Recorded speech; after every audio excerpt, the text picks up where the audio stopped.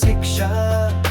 వాయువుల పాలకుడా యుద్ధ రౌద్ర రూపాక్ష, రాక్షస గూటికి నిప్పులు పెట్టిన వాడు, రాక్షస రక్తాన్ని భూమికి తట్టిన వాడు.